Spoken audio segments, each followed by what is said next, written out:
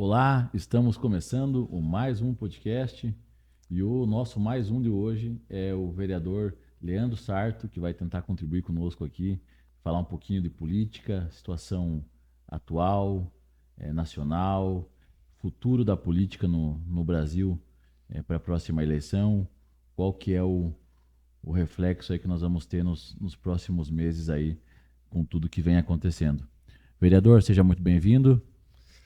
Eu que agradeço pelo convite, Vitor, e fico muito feliz de estar aqui contribuindo, né, para a nossa conversa e espero que seja um bate-papo agradável, né, expor um pouco do nosso ponto de vista a respeito da política municipal, estadual, nacional e debatermos aí outros assuntos que se demonstrarem necessários. Muito obrigado pelo convite, né, espero termos uma boa conversa.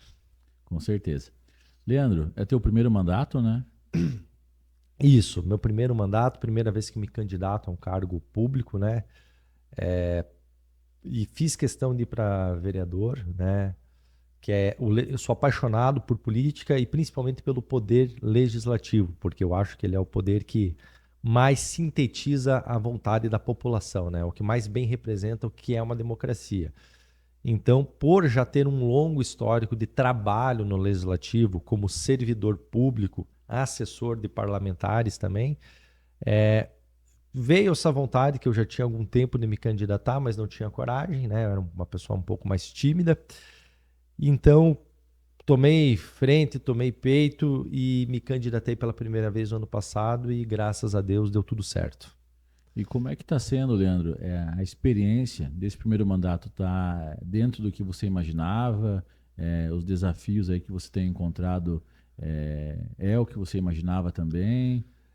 Assim, por muitos anos, né, trabalhando no Poder Legislativo, né, como servidor e tendo contato com políticos de todos os lados, né, ideológicos, eu tive o privilégio de entender e observar como funciona a política real, que é a política dos bastidores, né? Tem aquela política da linha de frente, né, onde você vai à mídia, vai nos discursos, mas tem a política dos bastidores. Então eu já tinha uma ideia de como funcionava. E agora, a partir do momento que eu fui eleito, né, isso já na eleição e sendo eleito, a minha percepção ela está bem dentro daquilo que eu imaginava. Então, é, não são tantas as novidades. E por essa razão, creio eu que eu estou conseguindo exercer o mandato dentro daquilo que eu imaginava. Então, o resultado até aqui, claro, ainda é início de mandato, tem muita coisa para acontecer, né? Está sendo bem positivo, estou sentindo bem confortável dentro dessa área. Mas é claro, né? Nós não sabemos de tudo, né? A gente sempre tem que aprender alguma coisa todo santo dia. Então, essa jornada de mandato de vereador também traz aprendizados, né? Que também não tinha conhecimento, principalmente nas lidas mais diretas com a população mesmo, sabe? Ah, essa expertise que eu tive ao longo do tempo como vereador era mais da política mesmo, política partidária, de assessoria, de negociações, de bastidores. Então, isso me deixa bem confortável para exercer o mandato. As novidades, o aprendizado vem na lida realmente com a população, que é quando elas apresentam as suas demandas mais urgentes e tal, e a gente tem que se virar nos 30, né, para bem atender a população, que é quem nos colocou lá. Então, o saldo, no geral, está sendo muito bom, muito positivo. Estou gostando. Leandro, é o primeiro mandato também do prefeito Sartori. Sim. Você era de uma coligação na época da eleição diferente, né? Uhum. Mas hoje, como é que você avalia esse primeiro ano da gestão dele? Está fazendo oposição ou está acreditando nas ideias? Como é que você avalia esse momento hoje Sim. de Joaçaba? Então, Vitor, nas eleições nós estivemos em composições opostas, né? O prefeito Sartori na sua coligação, eu estava na coligação do candidato a prefeito Rodrigo Pedrini, né? Mas eu sempre deixei muito claro para todos e em todos os locais que eu fui que a minha campanha eleitoral seria a mais transparente e responsável possível. Ou seja, apesar de eu estar num lado e batalhar por aquele lado para que fosse eleito, eu não ia entrar em baixo nível para atacar A ou B só para fazer valer a minha vontade política. Ou seja, uma campanha limpa, uma campanha justa. E isso eu sempre deixei claro para todos e fiz isso ao longo da campanha. Então, no resultado, né, eu como vereador fui eleito e o candidato Sartori, né, o Wilson Sartori, foi eleito prefeito pela chapa de oposição. Bom, todo mundo fala que assim que acabam as eleições, acabam as chapas também. Isso é natural da política. De minha parte, né, que é pelo meu partido, que é o Podemos, né, que é um partido que tem um cunho mais independente em nível nacional até mesmo, eu venho pautando desde então, e isso ao longo do mandato, por uma posição de certa independência, que às vezes é até criticada. Tá muito em cima do muro, não toma lado. Mas assim, o que eu entendo, Vitor? Que no exercício do mandato, eu não sou muito, no aspecto municipal, de estar na oposição só porque tem que ser oposição, ou estou na situação só porque tem que ser da situação. Eu tenho uma posição muito clara e definida de como eu tenho que pautar meu mandato, que é o seguinte, eu com a minha consciência. Então, a todo momento que chega uma pauta municipal lá na Câmara, vindo pela Prefeitura, que hoje é gerida pelo Sartori, se a minha consciência aponta que aquele projeto está correto, atende ao interesse público, eu vou fazer as minhas pontuações positivas a respeito daquele assunto. E se eu entendo que são negativas, eu vou fazer pontuações negativas. Que eu acho que isso é o momento que é exigido de nós na política que a gente está vivendo. Se o projeto é bom, vota-se favorável. Se o projeto é ruim, vota-se contrário. Claro que vai ter momentos que a gente vai ter que fazer sim uma oposição mais vigorosa em alguns aspectos. De minha parte, principalmente no campo ideológico, porque eu tenho um campo ideológico muito bem definido. Mas quando não há essa necessidade, a gente tem que contribuir para o engrandecimento do município. E sob esse aspecto, eu avalio que a gestão do Sartori, pelo menos com relação ao meu mandato como vereador, nas minhas reivindicações, tem, no geral, sido satisfatório, bem positiva. Claro, né, que há questões que precisam ser muito melhoradas, e isso a gente fala abertamente lá na Câmara, e também, é claro, né, tem pontos de vista da comunidade joaçabense que não concordam com algumas condições feitas pela atual gestão da Prefeitura, que a gente também visa ajustar em conversas bem transparentes, éticas, né, corretas com os setores competentes da Prefeitura. Você acredita que o fato de nós não termos eleito um candidato do governador, isso tem impactado? Poderia ser melhor a gestão de Joaçaba caso tivéssemos elegido o Rodrigo Pedrini? Porque muito na eleição eu lembro que se falou isso, né? Sim. Vamos perder a oportunidade de ter o candidato do governador. E, querendo ou não, o Jorginho Melo é da nossa cidade, aqui da nossa região. Você vê que isso tem impactado ou poderia ser diferente? Veja, Vitor, tradicionalmente, nós constatamos no Brasil que as gestões municipais que estão mais alinhadas às gestões estaduais e federais, elas têm maiores benefícios para o município. Basta ver, por exemplo, o salto que Lages deu quando teve o governador Colombo, que era de Lages, né? Basta ver Joinville, por exemplo, quando teve Luiz Henrique como governador. Então isso é natural da política, ou seja, se você tem um alinhamento, uma proximidade com as lideranças partidárias que estão no governo estadual e federal, é natural que o fluxo de verbas, de projetos, venha com maior naturalidade ao município. E foi essa visão que, na época de fechar as coligações, muitos dos partidos entenderam que o candidato apontado pelo PL, que na ocasião foi o meu colega Rodrigo Pedrini, talvez seria sim uma grande oportunidade para Joaçaba, uma vez que Joaçaba estaria em total alinhamento com o governo estadual. Agora, essa é uma tradição, esse é um costume, isso é que a gente vê ao longo da história da nossa política, né? Agora, isso não significa que o município também vai ficar estagnado. Isso vai depender e muito da habilidade dos gestores municipais de se abrirem, dialogarem com o governo estadual e, querendo ou não, até com o governo federal, apesar de eu ser extremamente crítico ao governo federal, para trazer recursos para Joaçaba e ter um alinhamento mais positivo, né? Então, não é porque o governo municipal difere do governo estadual em termos partidários que isso significa que a cidade não vai ter chance de crescer. A política requer essa habilidade também de ter uma readequação, ter um diálogo para trazer essa proximidade de volta. Hoje, Joaçaba lidera aí em índices nacionais, nos melhores IDH, renda per capita muito boa. Claro, visivelmente que nós temos muitas pessoas com alto poder aquisitivo que também eleva essa média. Mas na tua visão, o que está faltando para Joaçaba? Porque se nós compararmos o crescimento de Joaçaba com cidades vizinhas, Joaçaba estagnou há muito tempo. Você pega Capinzal, o número de indústrias que abriu, né?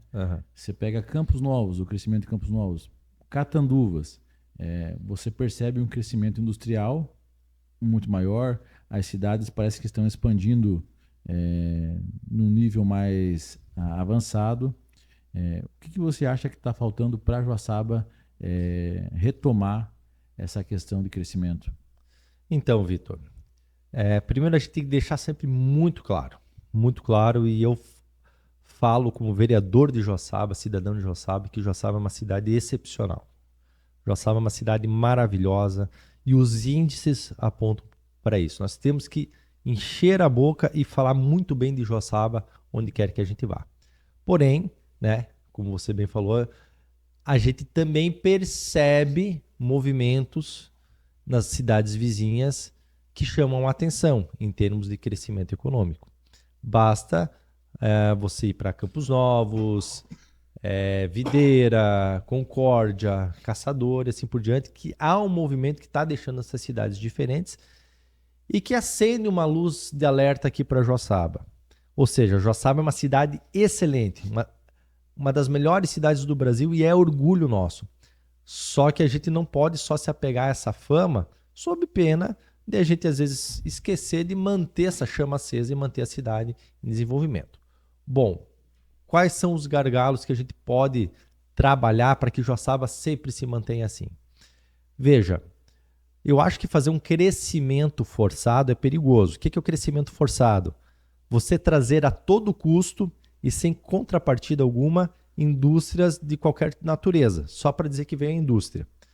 Não, porque eu já vi muita cidade Brasil afora literalmente terem um prejuízo gigantesco quando faz esse tipo de política. Ou seja, a cidade tem uma vocação para uma área A e traz uma empresa para a área B. Ou seja, que em números até parece positivo, mas que na realidade traz pontos negativos.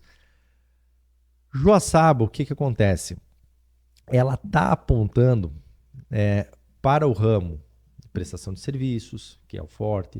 O setor público é fortíssimo em Joaçaba. Joaçaba tem uma vasta gama de entidades públicas. Educação, temos a universidade, que isso implica também na questão da inovação, tecnologia e assim por diante. E temos indústrias já históricas, consolidadas, empresas tradicionais aqui na cidade. Então, Joaçaba tem que apostar nisso que já está dando certo, de modo que isso, além de ficar aqui, ainda estimule empresas da mesma natureza a ficarem por aqui. Então, tem várias políticas adjacentes a isso. Uma delas, a habitação, entende?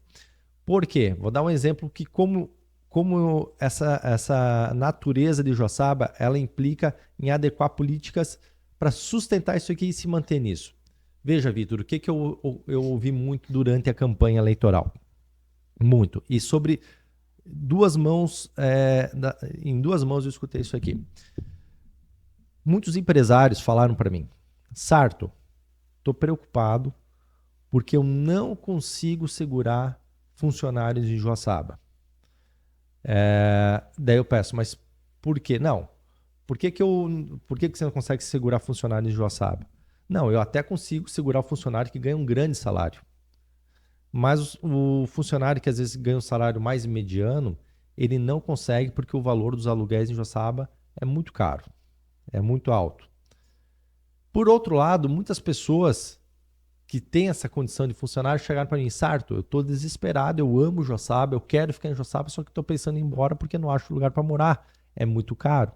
Ou seja, Joaçaba tem disponibilidade de moradia? Tem. Num padrão elevado? Tem. Bom, isso é ótimo, não é ruim para a cidade. Mas, ou seja, isso mostra o quê?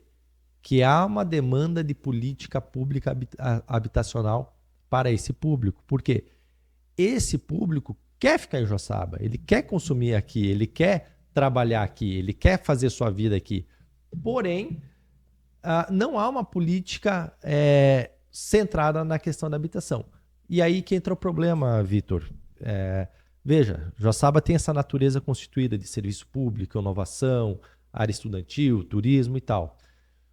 Mas, às vezes, o que ocorre? Em razão de uma política pública falha, pode ser, porque alguns empresários falaram isso para mim, Sarto, às vezes seria mais fácil pegar a minha empresa, tirar ela de Joaçaba com meus 100 funcionários e levar ela para algum outro município, como Concórdia, Videira e tal, porque lá eu consigo segurar o empregado. Só que o que acontece, Vitor, quando o empresário faz isso? Ele vai levar também aquele cara que ganha 10 mil reais por mês, que é o cara que sustenta toda essa rede de serviço que a gente tem. Então, Joaçaba é uma cidade excelente, boa, ótima? É. Mas tem algumas políticas públicas que precisam ser aperfeiçoadas para manter isso e atrair mais investimentos nessa área. Eu cito sempre, são vários os exemplos, mas um deles que eu cito com veemência é esse da habitação. Acho eu, e quando falo habitação não é o governo vir e construir casas e dar para as pessoas. Não. É fazer um diagnóstico habitacional para que o próprio município de Joaçaba chegue para grupos de investidores, tanto de Joaçaba ou para de outros municípios, falar, olha, em Joaçaba há uma carência de habitação nesse tipo. E os investidores podem vir aqui investir em habitações para esse público que precisa, que quer ficar em Joaçaba. Entende? Então, são pequenos ajustes nas políticas municipais para Joaçaba não perder essa qualidade que tem e continuar subindo. Então, veja, Joaçaba, para responder a pergunta, né? Falei bastante aqui. Joaçaba é uma cidade ótima, mas há vários sinais de alertas que se a gente viver só da fama,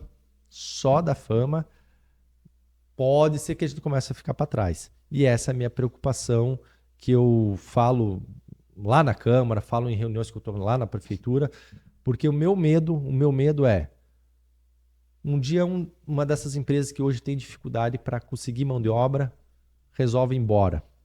Ela vai levar daqui público, famílias, que sustenta toda essa rede que mantém a qualidade de vida da nossa cidade.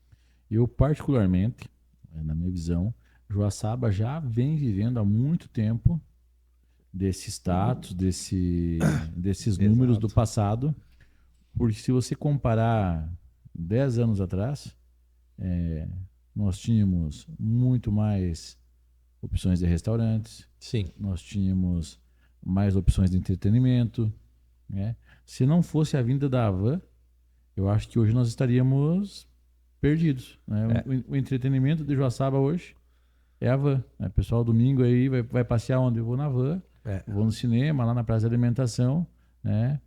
O parque também, que foi uma grande conquista, né? Mas hoje eu vejo que não justifica, né, o que Joaçaba oferece com esses altos preços aí de aluguel, moradia, né? Porém, os mais antigos, né, ainda querem manter essa questão aí. Por isso que eu vejo, Vitor. Tu tem razão, e é verdade o que você fala. Joaçaba é uma cidade excelente, só que eu falo assim, Joaçaba está no limiar de perder esse status, se não rever algumas políticas públicas. Falamos agora da habitação. E eu sempre deixo claro, quando eu falo dessas políticas públicas, não é a prefeitura ir lá dar tudo de graça, porque eu sou radicalmente contra políticas muito assistencialistas. Todo mundo sabe dessa minha opinião. Mas a prefeitura, qual que é a função é abrir as portas, entende? A questão da habitação, está sendo feito o diagnóstico habitacional pela parte da Secretaria de Assistência Social, que acho que está fazendo um bom trabalho nessa questão de fazer esse diagnóstico habitacional, que é o quê? É falar, Joaçaba precisa de moradias desse padrão, que é para atingir o público que quer pagar, o cara quer ficar em Joaçaba, ele quer construir a casa dele, ele quer comprar um apartamento dele, só que dentro das condições que ele pode, entende? Então, pode ter investidores aptos a vir em Joaçaba para fazer esse tipo de investimento. Uma outra política adjacente para a gente sair desse limiar e manter Joaçaba boa, que acho que você deve escutar muito disso, Vitor, que é que Joaçaba é uma cidade ainda muito burocrática. Quantas pessoas chegam? Bah, queria abrir um negócio assim assado, não pode porque tal lei não autoriza, não permite, tem que pagar isso, tem que pagar aquilo. Em algumas conversas que eu tive com alguns secretários municipais, me parece que já foram feitos, estão sendo feitos outros ajustes para a Joaçaba não ser tão burocrática. Mas essa é uma tecla que eu bato com veemência de que Joaçaba tem que ser uma cidade pró-livre mercado, pró-empreendedorismo. Ou seja, que o cara vá na prefeitura, ele apresente o projeto dele, em poucos dias o projeto dele vai ter que estar aprovado para o cara fazer o investimento. E é isso que gira a economia, entendeu?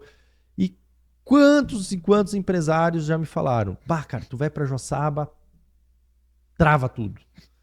Eu vou para Videira, eu vou para Chapecó, eu vou para Concórdia, uma semana tá liberado. Então, desburocratizar algumas coisas. E quando eu digo desburocratizar, Vitor, deixo claro que não é só uma questão de legislação. É você ser acessível com quem vem investir na cidade. É receber de braços abertos quem quer colocar dinheiro na cidade. Entendeu? De falar, peraí, você vai investir em Joaçaba, o que você precisa? Como que vai ser teu negócio? Não, tamo junto, vamos trazer. Porque isso é uma via de mão dupla. Todo mundo sai ganhando. Dentro daquilo que é vocação da cidade. Dentro daquilo que é da natureza na nossa cidade. Então, aqui, né, sobre esse assunto, eu trago esses dois exemplos. É um problema de habitação. O problema de habitação é um dos exemplos de que Joaçaba tem algo estranho no ar. E a questão da burocracia, que é outra questão que Joaçaba ainda é engessada para liberar investimentos, para que venham empresas para cá, dentro dessa nossa natureza, para se instalar, para ficar aqui, para falar, estamos lá em Joaçaba, entendeu? Então, eu concordo com esse ponto de vista, que nós somos uma excelente cidade, mas temos que ficar atentos. Temos que ficar atentos, porque o meu grande medo, O meu grande medo é o seguinte, quando um começa a sair, vai que o outro começa a imitar, os órgãos públicos também. A gente tem uma tendência no futuro da máquina pública obrigatoriamente ficar mais enxuta em razão dos gastos públicos. Então, por exemplo, se tiram algum órgão federal aqui de Joaçaba que tem servidores com um grande poder aquisitivo, é uma derrota gigantesca. Então, a tendência do futuro nos mostra que a gente tem que estar muito atento a respeito dessa situação. E eu vou entrar num assunto agora que talvez ele não seja tão... ele seja um pouquinho polêmico, talvez as pessoas não entendam a forma que eu vou falar. E não é só isso. Joaçaba é uma cidade velha. Né? Você pega o nosso centro ali, muitos prédios não têm condições de ser reformados com acessibilidade, enfim. Aí, e eu trabalho com consultoria. Quando eu vou atender uma empresa, eu tenho que olhar as particularidades daquela empresa. Eu não posso usar o que eu apliquei na outra no meu próximo cliente. Eu preciso olhar a individualidade dele, né? Por exemplo, tem a lei da acessibilidade, certo? Muito importante. Precisa trazer essas pessoas para o convívio e tal. Porém, tem prédios muito antigos que, cara, barra nessa lei. Cara, mas não tem o que fazer. É assim, em vez deles tratar de uma forma particular aquela empresa, não. A empresa ou acaba tendo que não consegue abrir ou fechar porque não conseguiu se adequar à lei, né, da acessibilidade. Volto a dizer, é importante, mas não falta essa questão de analisar cada situação de forma separada. Cara, infelizmente vai ter prédios aí que você não vai conseguir atender o público que precisa de acessibilidade. Mas tudo bem, vai ter a outra empresa que atende. Não falta essa análise mais individual? Sim, concordo. A lei de acessibilidade, né? Hoje no Brasil, nós temos vários tipos de lei de acessibilidade. E a principal delas, né? Obviamente que eu não lembro o número dela agora, mas são leis federais, né? Então elas vêm de cima para baixo, o que já é um erro, né? Porque o mesmo tipo de terreno que nós temos em Joaçaba é totalmente diferente do terreno que nós temos lá no Amazonas, mas a lei é a mesma. Veja, há municípios que estão conseguindo fazer uma adaptação junto com instituições como o Ministério Público e assim por diante, para tornar essas leis de acessibilidade mais realistas conforme as necessidades do município, né? Você pega municípios históricos, né, onde vários imóveis estão tombados como imóveis históricos e não pode ter uma mudança abrupta na estrutura. Esses imóveis eles não conseguem se adaptar à lei de acessibilidade. E está tendo uma coerência, um bom diálogo para adaptar, né? Talvez esse seria a solução para Joaçaba, porque Joaçaba, de fato, tem edifícios da década de 30, 40, 50, 60, onde não se falava, infelizmente, né, de lei de acessibilidade. É óbvio que a gente tem que lutar, temos que defender que tenha o máximo de acessibilidade possível, mas há de convir que tem prédios que é muito pouco que você pode fazer, a não ser destruir o prédio inteiro e fazer ele do zero. Isso vai depender muito, tá, da capacidade de diálogo entre as partes envolvidas. Que é quem? Primeiro o empreendedor, né? Claro, minha opinião pessoal, tá? A minha opinião pessoal coincide com a tua, Vitor, que é o quê? Cada caso é um caso e tem, né, tem construções, empreendimentos que infelizmente não tem como fazer a adaptação. Você não vai quebrar a empresa, vai quebrar com os empregos e tal. Mas enfim, eu acho que os setores responsáveis por isso, claro que nós vereadores temos que contribuir com o diálogo e cobrar isso também, é no sentido de caso a caso. Opa, peraí, como que a gente pode fazer acessibilidade em Joaçaba diante da nossa realidade de relevo, de prédios antigos e assim por diante? Eu acho que é uma discussão válida e eu advogo no seguinte ponto. Eu defendo o seguinte ponto, caso a caso. A gente não pode ser radical, porque senão a gente acaba punindo demais aqueles que geram a renda na cidade. Entendeu? Claro, prédios novos, né, que vão começar do zero, ter uma legislação muito mais adaptada, show de bola, porque, enfim, uma construção que vai vir do zero. Agora, prédios antigos tem que ter uma maior tolerância sob pena de você acabar com empresas, acabar com empregos, e isso ser um problema muito maior para a cidade do que a questão da acessibilidade em si para aquela situação específica. Leandro, agora nós mudando um pouco o foco da conversa, como é que você avalia a política nacional hoje, tendo em vista que nós vamos ter aí talvez essa questão do tarifaço do Trump, né? Até eu quero colocar um pouquinho do que eu imagino, porque para a gente tentar discutir isso. Eu acredito que também é uma medida impopular lá para o Trump, porque ele tarifando o produto vai aumentar lá para o consumidor americano. Então, e nós estamos falando principalmente de produto aí de cunho, né, de alimentação, grão, carne. Então vai ter uma inflação no produto lá que o consumidor americano consome.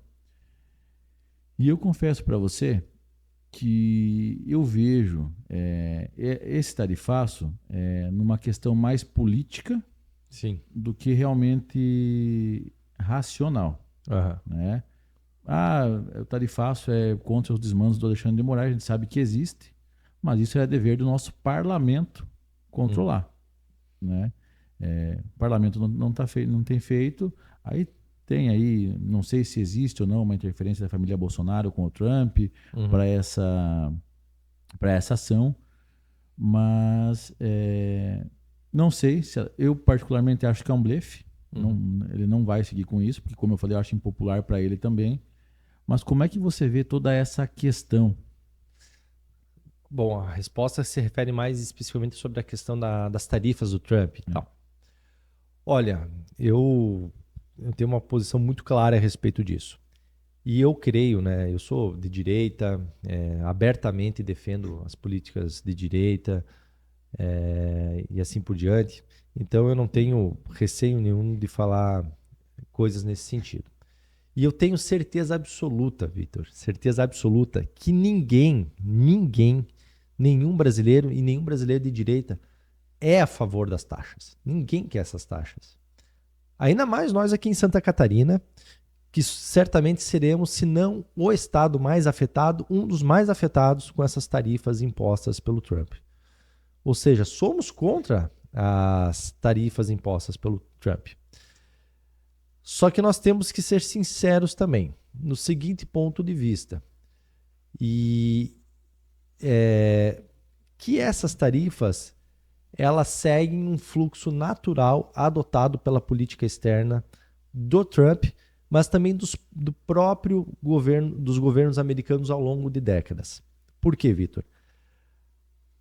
O governo americano ele tem como prática política e econômica impor sanções a governos que se demonstram desalinhados com os interesses americanos. Isso é uma prática histórica dos Estados Unidos, entende? E veja, pode ter o elemento Moraes, Alexandre de Moraes ali, pode ter o elemento família Bolsonaro ali, pode.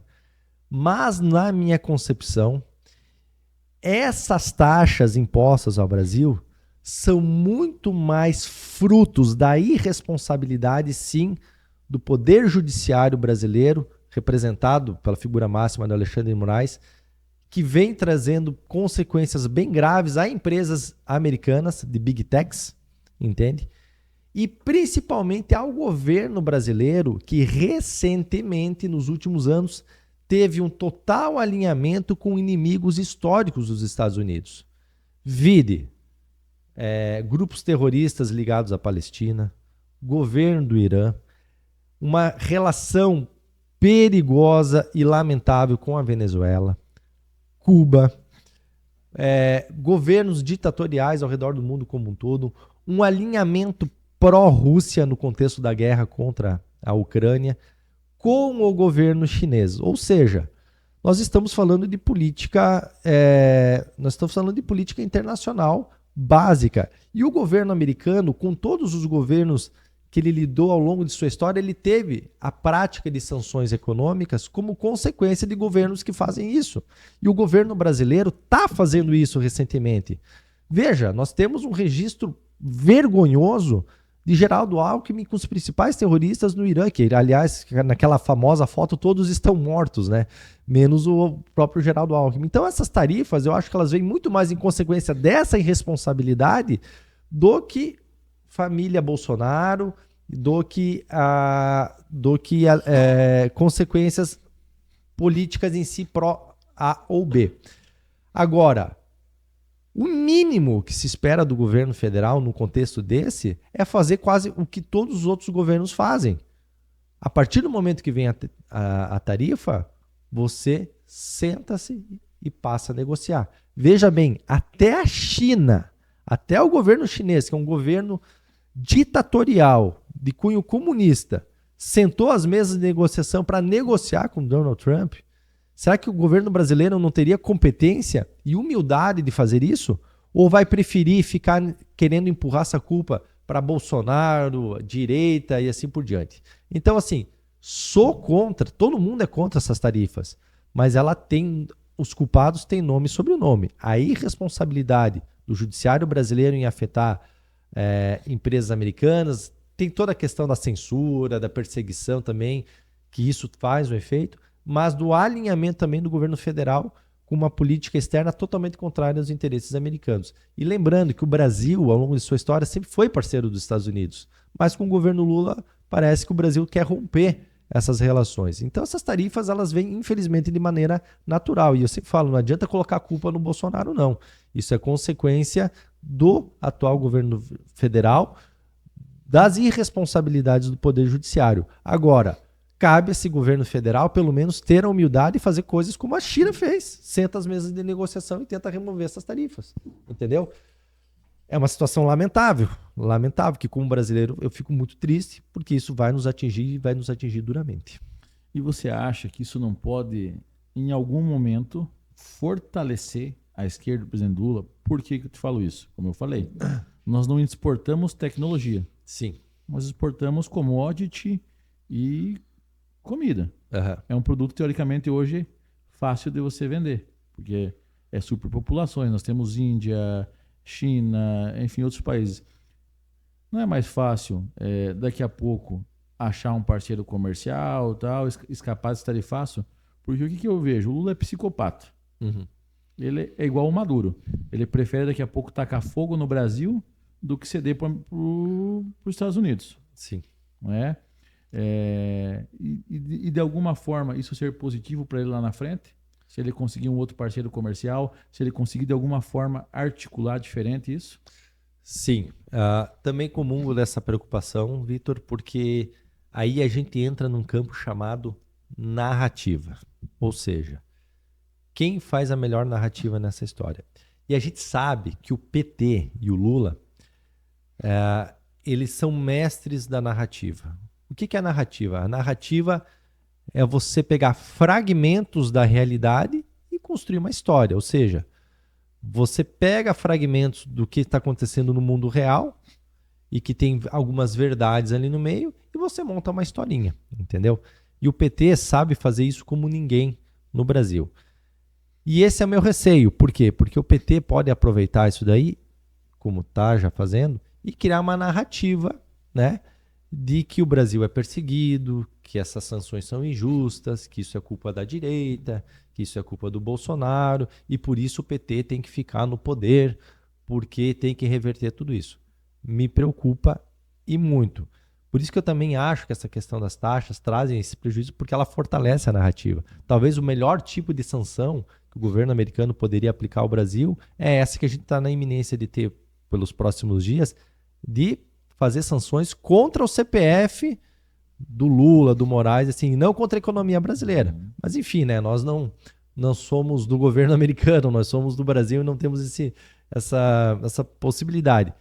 Mas sim, me preocupa porque o PT sabe construir narrativas, sabe construir muito bem narrativas e transformar isso num ponto positivo para eles mesmos. Só que eu também acredito numa outra coisa, Vitor, que eu acho que o povo brasileiro também amadureceu muito nos últimos anos. De saber dialogar com a verdade, entende? O brasileiro nos últimos anos, e isso é fato mais do que comprovado, principalmente aqueles que têm mais acesso às redes sociais, ele expandiu a mente dele para realidades que antes estavam ocultas.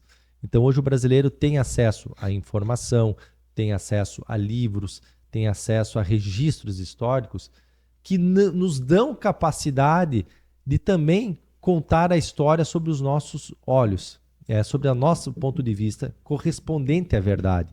Então, enquanto o PT cria narrativas, nós podemos contra-argumentar com a verdade, que é o que eu venho fazendo dentro da minha humilde esfera de vereador, entende? Alinhado com a direita, falando, opa, peraí, as sanções estão ocorrendo contra o Brasil, que são terríveis, são errôneas, mas elas têm culpado o governo Lula e abusos do Poder Judiciário.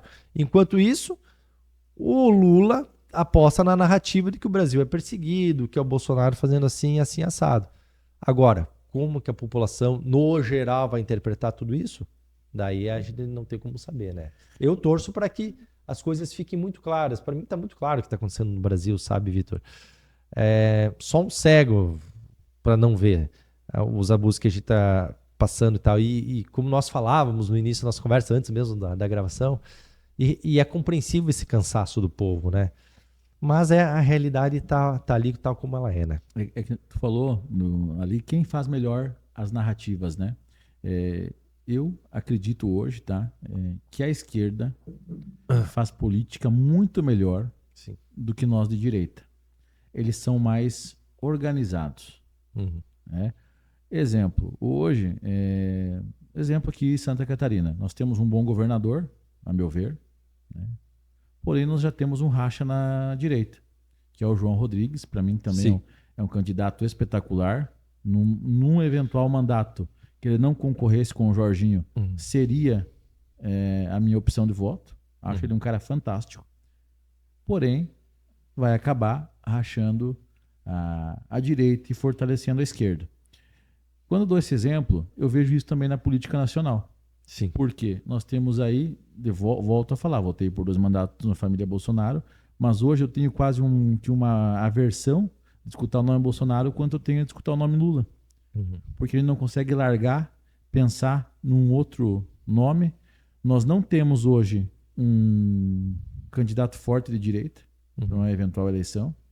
O meu candidato perfeito é o Tarcísio, mas não é um nome aí que vem sendo trabalhado, que vem sendo fortalecido.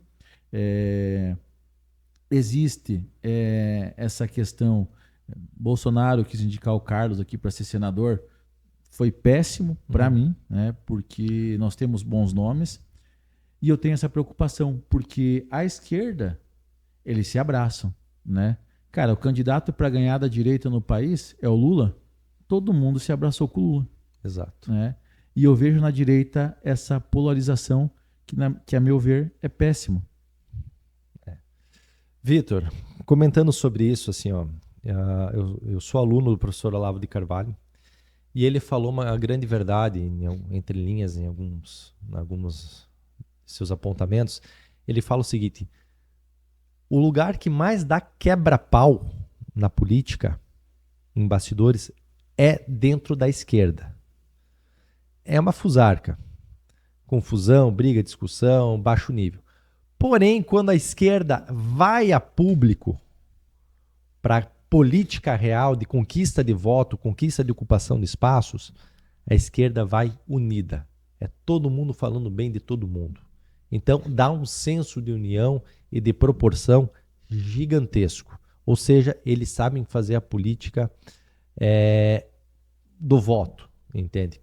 A direita, ela ainda não sabe fazer isso. Então, é desorganização, desunião e brigas internas entre os vários ramos dentro da direita. Inclusive até mesmo o aspecto religioso. Ah, não vou apoiar o cara porque ele é evangélico, eu sou assim. Ah, eu não quero porque ele é muito liberal, eu sou mais conservador.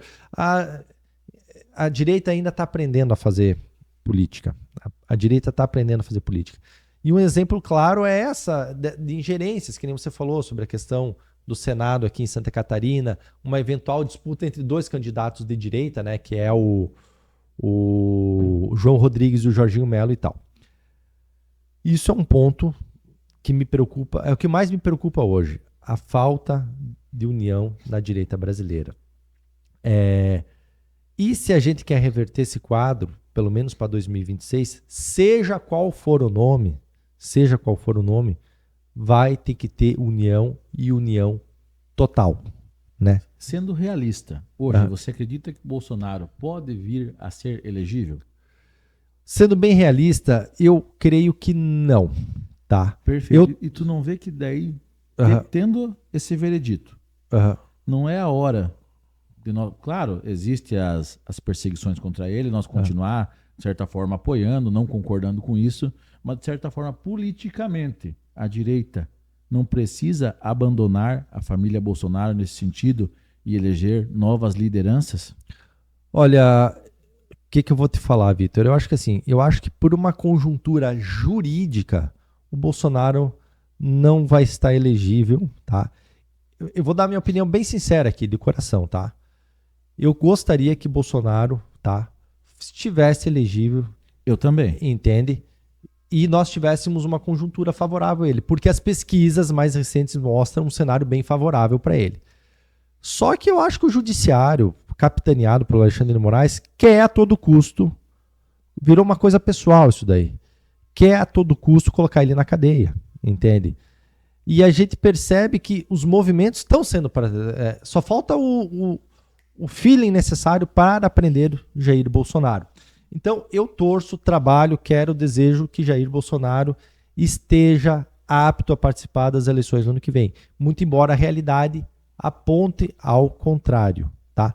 Agora, se a realidade aponta ao contrário, abandonar o Bolsonaro eu acho que seria uma covardia, porque eu não me sinto confortável em abandonar aqueles que lutaram por nós, entende? Mas eu digo abandonar politicamente, não continuar... Eu acho que abandonar não, acho que a gente tem que continuar fazendo os atos necessários para fazer valer a justiça, entende? Fazer valer a justiça. Agora, por exemplo, Bolsonaro de fato está inelegível, né? Foi preso, não conseguimos reverter essa situação. É óbvio que o nome que for apontado pelo próprio Bolsonaro ou que desponte como uma liderança natural da direita brasileira, nós temos que se unir em torno desse nome para evitar que o PT volte a triunfar, porque nada representa mais uma tragédia brasileira em todos os sentidos do que o PT continuar no governo. Então, sendo bem direto ao ponto, eu espero que o Bolsonaro consiga reverter a situação dele. Se não conseguir, a gente tem que continuar lutando para que seja feita justiça para ele. Mas em termos eleitorais, falando de eleição, Bolsonaro não vai conseguir disputar a eleição. Quem que é o nome apontado ou uma liderança espontânea da direita brasileira? Tarcísio, enfim, quem for. Nós temos que se unir em torno dele para tirar o PT. E tu não acha que nós já deveríamos começar esse movimento? Eu acho que ele já está acontecendo de maneira indireta. Indireta, tá? Veja, ainda Bolsonaro está como protagonista, tá?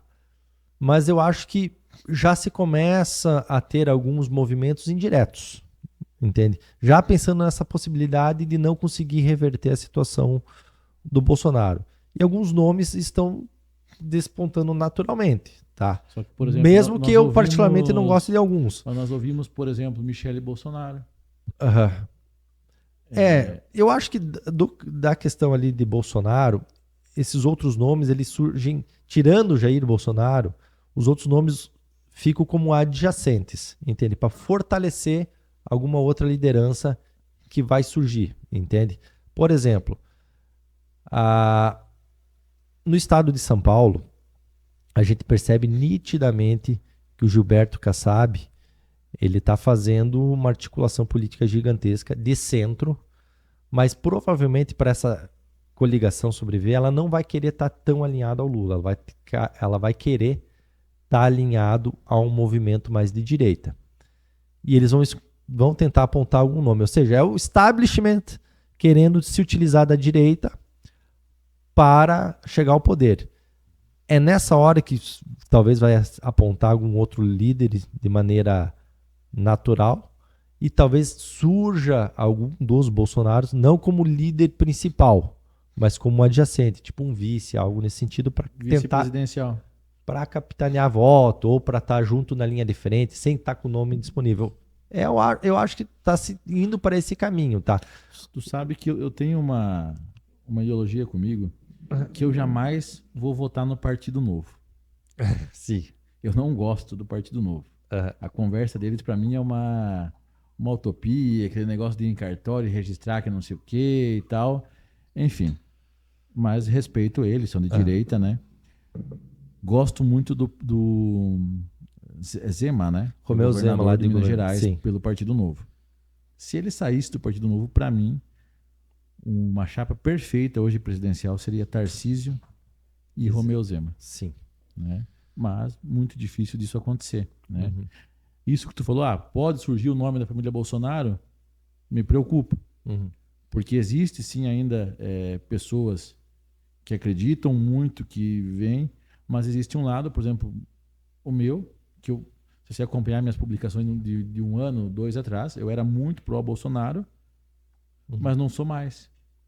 Então, é essa preocupação de uma eventual eleição. Eu só discordo no sentido que eu acho que nós precisamos seguir uma linha sem o envolvimento deles dentro do nome, da conjuntura ali. Sei que o nome deles é importante, porque eles têm boa parte da direita, né? Mas também existe um lado da direita aí que, sim, como nós falávamos, cansou tanto de escutar Lula e escutar Bolsonaro. Sim. Mas é por isso que eu falo, Vitor, o que acontece? A luta para tentar deixar Bolsonaro elegível ainda vai continuar, tá? E eu acho que é uma questão de justiça isso, porque essa inelegibilidade dele foi totalmente criminosa, sim, foi totalmente antidemocrática, totalmente, assim, uma série de erros nessa inelegibilidade dele. Então, falando em questão de justiça, é deixar o Bolsonaro elegível. Agora, eu acho que isso vai ser improvável dado os fatos que estão acontecendo no Brasil. Estão os nossos parlamentares daí? Senado, Câmara de Deputados? É só uma minoria. Hoje eu falo categoricamente que é uma minoria que está insistindo nisso, que são a galera, que são os parlamentares, congressistas totalmente alinhados à direita, que são aqueles que estão vestindo a camisa até o fundo. E por isso acho que talvez a gente não tenha essa força para conseguir reverter esse quadro. Mas é aí que eu chego. Vai continuar a luta para tentar a anistia, a elegibilidade, que eu sou favorável a tudo isso, sou. Mas a realidade está apontando para um outro lado.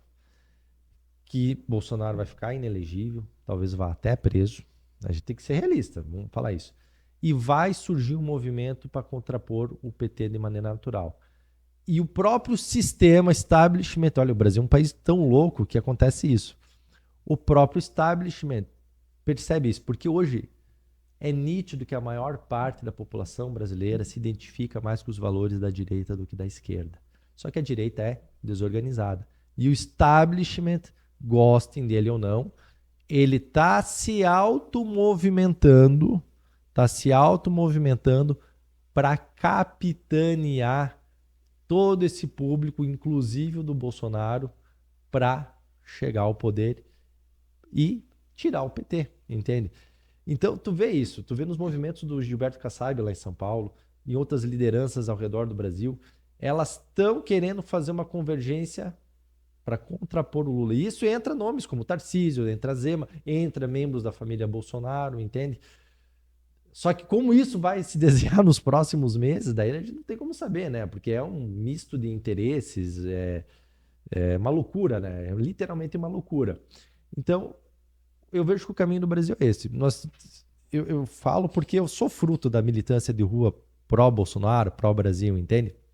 Então, eu acho que essa tentativa de anistia, de elegibilidade, ela tem que ocorrer por uma questão de justiça, porém os fatos demonstram que o establishment não vai deixar isso acontecer, muito embora o establishment queira pegar esse mesmo público para eleger o candidato deles. E que eu acho que o candidato do establishment, no futuro próximo, que tem mais palpabilidade de ser eleito, inclusive agregando nomes do entorno da família Bolsonaro, é o Tarcísio, governador de São Paulo. Leandro, eu acho que acredito que política é algo muito complexo. Nós poderíamos ficar horas falando sobre isso. Né? Sim, o dia inteiro. Acho que podemos combinar outros episódios para falar sobre outros assuntos. Até falei demais. Mas para nós encerrar, gostaria que você, tendo em vista que a população está com muito medo, a gente percebe aí ninguém querendo investir, deixar uma mensagem aí para a população dos próximos movimentos da direita, ou daqui a pouco uma mensagem que você queira colocar para quem nos assiste. Tá bom? Então, o que eu tenho que falar é o seguinte, pessoal. A política ela é maravilhosa, por mais que ela esteja tão poluída no mundo inteiro e principalmente no Brasil. E como eu falava no início da nossa conversa, até antes da gravação, quando o país está muito bem, a política ela deve ser um assunto secundário. Mas quando o país está numa situação de crise, de dificuldade, ela tem que ser, infelizmente, o assunto principal. E cabe a cada um de nós fazer a nossa parte, por mais que tudo leve à tristeza, ao desânimo, à falta de esperança. E a política, ela não se resolve só em cargos públicos, como é o meu caso, que hoje sou como vereador, mas ela se resolve no dia a dia, principalmente com a ocupação de espaços. Então, para a gente apontar a esperança do nosso país para ter um Brasil grande, profundo, com cidades e estados desenvolvidos, nós temos que fazer política todo santo dia, mas não política de cargo e identidade partidária, mas de ocupação de espaços. Ou seja, quem se identifica com a causa brasileira, sabe dos perigos que o Brasil está passando, de perseguição, prisão política, pode fazer sua parte. E sua parte se faz como? Falando a verdade da política brasileira em todas as oportunidades que puderem, principalmente com ocupação de espaços. Ou seja, utilize de seu poder, da sua vontade, da sua disposição em sua casa, na escola dos seus filhos, na associação do bairro, na sua igreja e, se for o caso, como for o meu, também se candidatando e participando ativamente. É essa ação que, ao longo do tempo, vai transformar o imaginário brasileiro e colocar o nosso país no caminho certo. Pessoal, o nosso mais um de hoje, então, foi o vereador Leandro Sarto. Espero que vocês estejam gostando do nosso conteúdo. Sigam nas nossas redes sociais, curtam, compartilhem, por favor, para que a gente possa continuar com esse podcast que tem sido muito gratificante pelas pessoas que têm participado. E agora fazer um pouquinho do nosso merchan. Eu não gosto de fazer no início, porque eu acho que é um desrespeito com o convidado, né? Então, você que precisa de um espaço para trabalhar, não tem escritório ainda, trabalha em casa, o vereador me falou que tem 3 filhos. É difícil trabalhar em casa, né? Meu Deus. Então, no centro de Joaçaba, na Avenida Getúlio Vargas, você tem à sua disposição a The Office Workspace. Espaços compartilhados, coworking, atendimento personalizado. Então, ali você vai conseguir trabalhar, focar, fazer sua reunião com o seu cliente. Vai ter o link aqui para você entrar nas redes sociais da The Office e para você conhecer os espaços à disposição. E também a Encore Consultoria. A gente sabe que está num momento aí que as empresas estão passando por dificuldade e é importante nesse momento pensar em novas estratégias, fazer um planejamento estratégico. Então também a gente vai deixar aqui o link da Encore Consultoria para você chamar um consultor especializado e entender um pouquinho mais do momento da sua empresa. Porque como quando você está doente vai ao médico, quando sua empresa não está bem, você precisa de um consultor. Isso daí, Vitor. Parabéns, tá? Obrigado também a todos, né? Obrigado vocês por espaço, por chamar. Estamos à disposição para o que for necessário aqui para a nossa cidade. E parabenizo também pelo trabalho e torço para que sempre dê certo, porque esse tipo de iniciativa abre a mente de muita gente. Parabéns. Obrigado e até a próxima.